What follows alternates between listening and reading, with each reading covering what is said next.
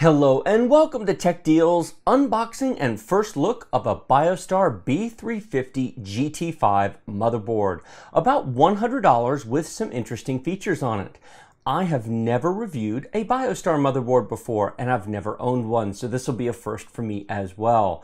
Now in this video, I'm going to take it out of the box, show you what you get with it, talk about what it's useful for in general, talk about why you might consider this board as opposed to maybe the larger companies from Asus and MSI, because this does include some features they don't at the same price point. And then I'm going to talk about my future plans for this, most notably a build and a full review once I've actually used it. Just to be absolutely clear on that point, I can give you my first impressions in this video, but it is in fact not a full product review. I have to actually use the board, install Windows on it, put it in a computer, put a CPU on it, and actually spend some time with it before I can give you a thumbs up or thumbs down recommendation. So I'm not even going to try in this video. Instead, this is a first look at Biostar for me and for the channel. And we're going to be looking at what the value is for this board versus the other $100 boards from the other companies. What CPU would I install into this motherboard? Any Ryzen 3, any Ryzen 5, or the Ryzen 7 1700. I wouldn't put a 1700X or 1800X in, those deserve much more high-end boards. But I would install a Ryzen 7 1700 in this, or any of the 3s or 5s. It has enough features and enough capability to handle any of those chips just fine.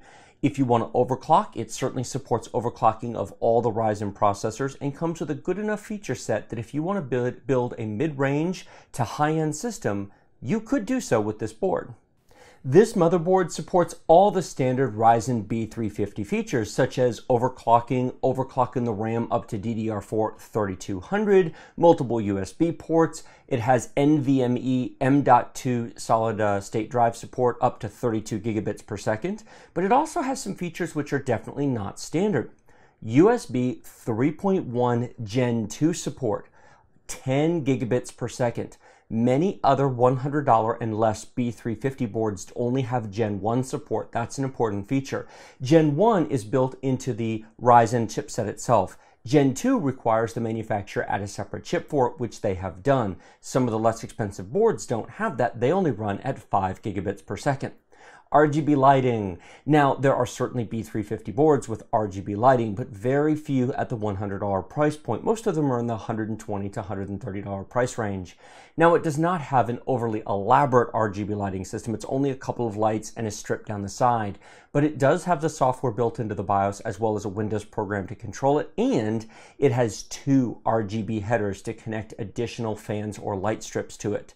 Most of the even $120 or $130 boards only have a single RGB 5050 4-pin header on the board. This has 2 of them. It is the only B350 board I know of that actually has 2 RGB headers. There may be one that I haven't seen, but this is the first one that I've actually looked at in detail and seen 2 RGB headers. And then finally, we have one more feature that I have yet to see on any B350 board and very few X370 boards. Dual BIOSes. Now, why would you care about dual BIOSes? It's a safety feature. If you are updating your BIOS and something goes wrong, the power goes out, it gets corrupted, something doesn't work. If you have a motherboard with only one BIOS, you're basically stuck. You have to RMA the board at that point. Now, many people might be concerned or nervous about updating their BIOS because of that fact. If you update your BIOS and in the middle of the update it goes wrong, most motherboards are not recoverable. You have to send them back to the manufacturer, get them RMA'd and swapped out. Not so with this board. It has a switch on it. You can switch to the backup BIOS, boot to that, switch back over, and then flash again on the primary BIOS. Now, you can find that feature on more expensive boards. $200 to $400 motherboards generally tend to come with dual BIOSes. Not on a $100 board, they don't. It's a nice feature, and it's very important that you update your Ryzen BIOS. No matter what motherboard you buy from any company, if you're buying a motherboard for a Ryzen processor, you need to update your BIOS.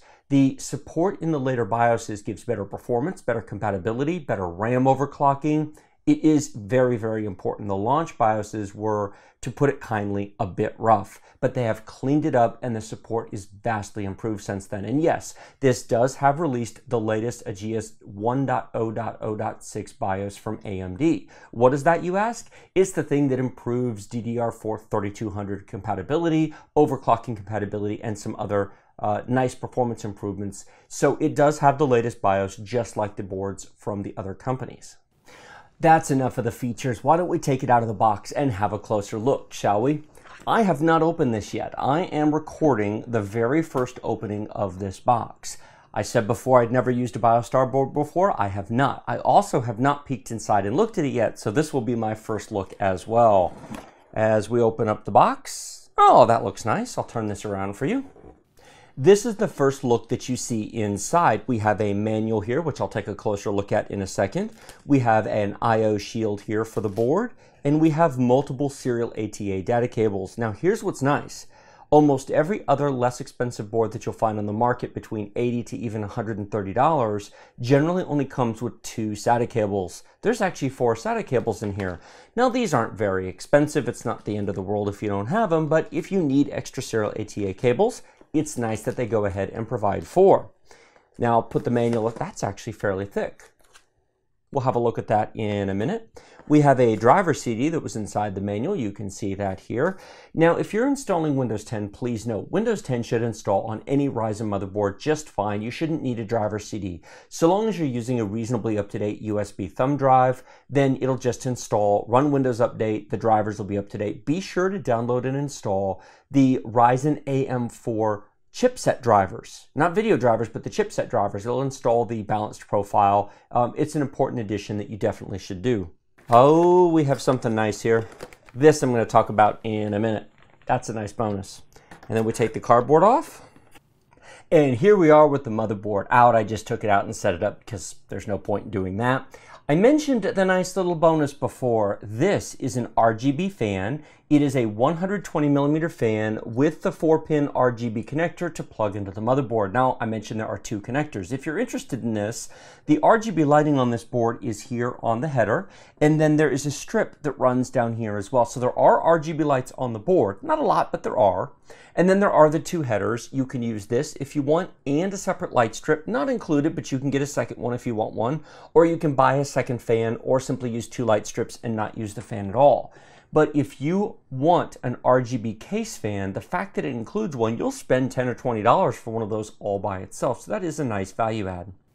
As we sit here and look at the board itself, you will notice that it has sort of a racing flag on it, but it is a subdued color. It's sort of gray and black, so it won't stick out too much once installed in your machine. Colors and aesthetics are personal choices, so I don't judge things like motherboards based upon that, because frankly, you have to judge for yourself as to whether or not you like the appearance of it. As far as the features go, now that I've had a minute to, since I had a cut there, I've had a minute to take a look at it in closer detail. It has everything that you're going to need for a system that you would build with a $100 motherboard. I do like the placement of the M2 dot slot that's just above the graphics card slot. Too many motherboards put the M.2 slot beneath the first graphics card slot, which means your graphics card is sitting on top of your solid state drive if you choose to mount an M.2. But this is mounted above it, and so the graphics card will not be on top of it. You've got your 4 SATA ports over here pointed outwards. That's very nice. You have a whole row of connectors on the bottom, USB 2, USB 3 headers, etc. And then, of course, you've got your 8-pin CPU power connector and 24-pin connector over there. There are multiple fan headers here that you can use to connect CPU fan, case fan, larger fans, and whatnot. So it has all the connections you need for the kind of system that you'd put this into, anything up to a Ryzen 7 1700. Looking at the I/O shield, they provide us with a PS2 port for a mouse. That is always nice to have. There are 4 USB 3 ports, 5 gigabit per second, and then 2 USB 3.1 Gen 2 ports for 10 gigabits per second. 1 Type A, 1 Type C, very nice. Now there are video ports on there. There's a DVI and an HDMI, but remember with Ryzen, those don't function. They will only work with the upcoming APUs, the ones with integrated graphics, which are not released yet. That's what the video ports are for. So remember, with a Ryzen 3, 5, or 7 CPU, you still need a dedicated graphics card. You can see the multiple outputs here for the HD 7.1 full surround sound audio system. It's a Realtek ALC 800 series audio chip. It's a good mid-range audio chip. Frankly, all the 100R boards have it. And then you can see the gigabit Ethernet port there. That is a Realtek gigabit Ethernet port, which certainly provides all the performance you'd need at this level. One more nice feature that I just noticed on this board that you definitely will not find on most 100R boards are power, reset, and then mode buttons actually on the board. Now you'll find these on more expensive boards, but if you don't have the front panel connectors connected, or you simply want to start or set this up on a test bench, there are touch sensors up here for power, reset, eco, and sport modes right on the board. I actually can't recall a $100 motherboard that had such. Usually the 150 to $200 boards do, but that's a nice feature. So what do I think of this board now that I've taken a look at it and unboxed it? It appears to offer a lot of value for the money. Now I cannot give it a thumbs up or thumbs down because I've not actually used it yet. That's why this is a first look. But for $100, you're getting a lot of features not found on the other boards. You're getting 2 RGB headers and RGB lights on the board. You're getting a 120mm Rgb fan. Nice. USB 3.1 Gen 2 support, which a number of boards that I've looked at don't have. You get dual BIOSes. I haven't seen any other B350 board that has dual BIOSes at any price. That's pretty cool, and it's a safety feature so that if you do have any problems when updating your BIOS, you can rest assured, flip the switch over, reboot, you'll be okay. Linked down in the video description below to Newegg, you can check this board out. I encourage you to go take a look and see if it might be right for you. Do be sure that you're subscribed to my channel because this will be featured in an upcoming build video. I'm not exactly sure which CPU I'll put in it yet. Leave a comment down below if you have an opinion on which one that I should put in there. Like this video if you like it, share it with your friends if you loved it. Remember to subscribe to my channel with that big huge red button directly below. Questions and comments in the comment section. And as always, check out the links in the video description. There will also be a link down there to my full playlist on YouTube of all the motherboard reviews that I've done, sorted by most recent to oldest. So you can go take a look at my other Ryzen motherboard reviews if you're interested in those. There will be an upcoming comparison video at some point with all the major manufacturers, MSI, Asus, Gigabyte, Biostar, where we take a look at all the boards side by side and talk about their relative benefits, features, price, and so on. Thank you so much for watching. I will see you in the next video.